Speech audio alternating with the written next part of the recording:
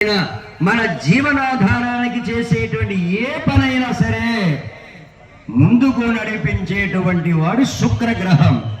చాలా మంది గొప్పవాళ్ళు అవుతూ ఉంటారు, అబ్బా వాడికి శుక్రదశ బాగుందిరా అంటూ ఉంటారు. అటువంటి శుక్రుడు మన బాగు ఓగులన్నీ కూడా చూసేటువంటి వాడు. ఆయన్ని మనసులో తలుచుకోండి. శుక్రంతే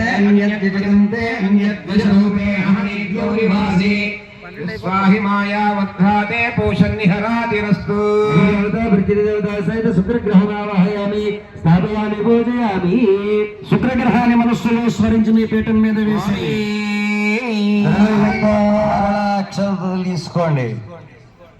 ఇప్పుడు అతి ముఖ్యమైనటువంటి గ్రహాన్ని మీరు పూజ చేయబోతున్నారు.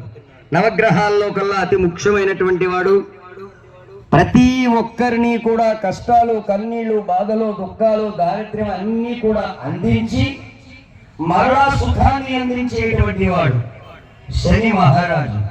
శనైశ్వరుడు అని పిలుస్తారు ఆయన్ని. చాలా మంది శనైశ్వరుడు అంటూ ఉంటారు. శనైశ్వరుడు చకారంతో ఆయన పిలవాలి.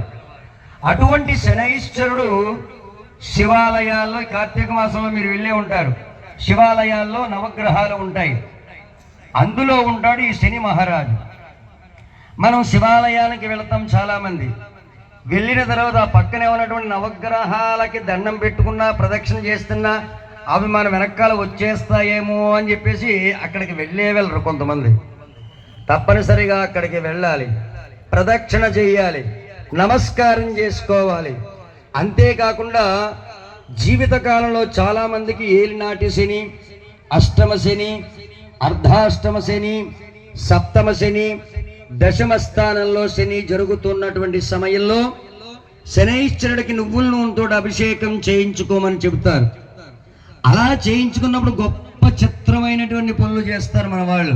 ఏంటంటే అది పాపం శని మహారాజ్ చూస్తూ ఉంటాడు, నా భక్తుడు ఎంతో భక్తితో అభిషేకం చేస్తున్నాడు, వీడికి ఫలితం అందించాలా వద్దా అని చెప్పేసి ఆలోచనలో అలా ఉంటాడు ఆయన. ఈ అభిషేకం చక్కగా చేస్తాడు ఈ భక్తుడు. అక్కడ పంతులు గారు చేస్తాడు, ఎంతో భక్తితోటి ఆయన చెప్పేటువంటి అన్నీ కూడా చెబుతాడు, శ్రద్ధగా చేస్తాడు. అంతా అయిపోయిన